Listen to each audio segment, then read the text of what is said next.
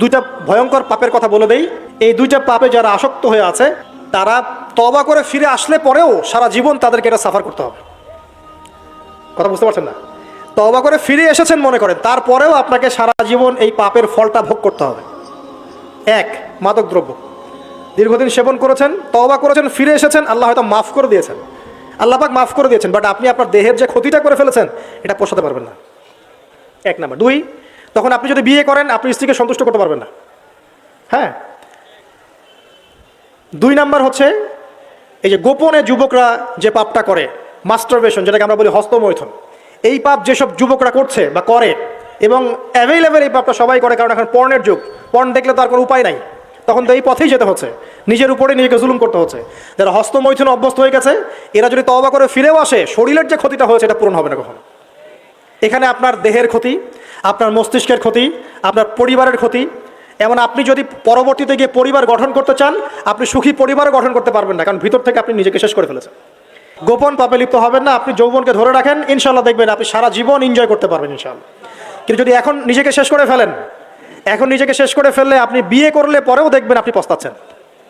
ওই যে কলিকাতা হারবালে যেতে হবে, তখন মডার্ন হারবালে দৌড় দিতে হবে। আর সব হারবাল টারবাল খেয়ে লাভ হয় না। কারণ কি? কারণ আল্লাহ প্রদত্ত যে নেয়ামত সেটা আপনি নষ্ট করে ফেলেছেন, এখন এইটা আর আপনি ক্ষতিপূরণ দিতে পারবেন না। অতএব জীবনটাকে সিরিয়াসলি নেন। দেখেন, আমার মতো বয়সে, আমার চেয়ে প্রায় 10 বছর বয়স আগেই তারেক বিন জিয়াদ স্পেন জয় করেছিল। আমার যে বয়স এখন চলছে 30 পার হয়ে গেছে, এর চেয়ে আরও প্রায় 10 বছর আগে মুহাম্মদ বিন কাসিম এই সিন্ধু জয় করেছিল। এখন যে ইসলাম আপনি ভোগ করছেন এটা তাদের ফল, তাদের এই জিহাদের ফল।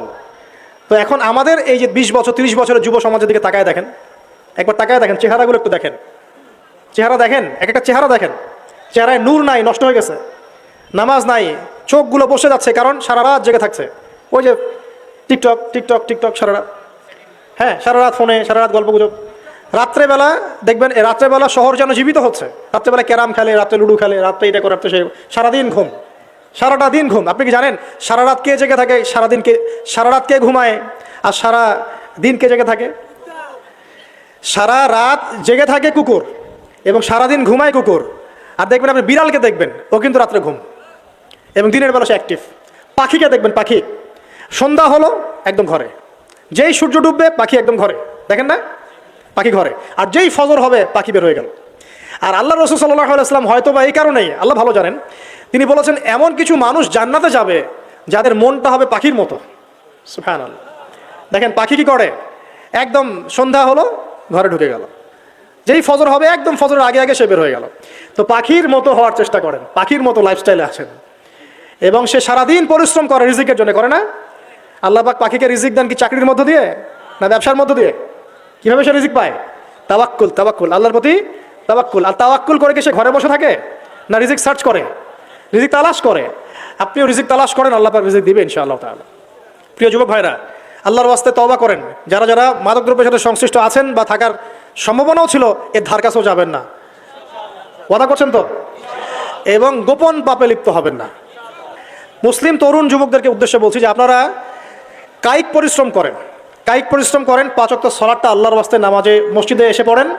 বেশি কিছু করতে বলছি না ভাই, আমার কথা শোনেন, বেশি কিছু করতে বলছি না। আল্লাহর ওয়াস্তে 5 ওয়াক্ত নামাজটা মসজিদে পড়েন, পারবেন না? আচ্ছা, ডেইলি 10টা পৃষ্ঠা করে কোরআন তেলাওয়াত করেন, পারবেন? আল্লাহ তৌফিক দান করুন। ডেইলি 2-4 টাকা করে সদকা করেন, পারবেন?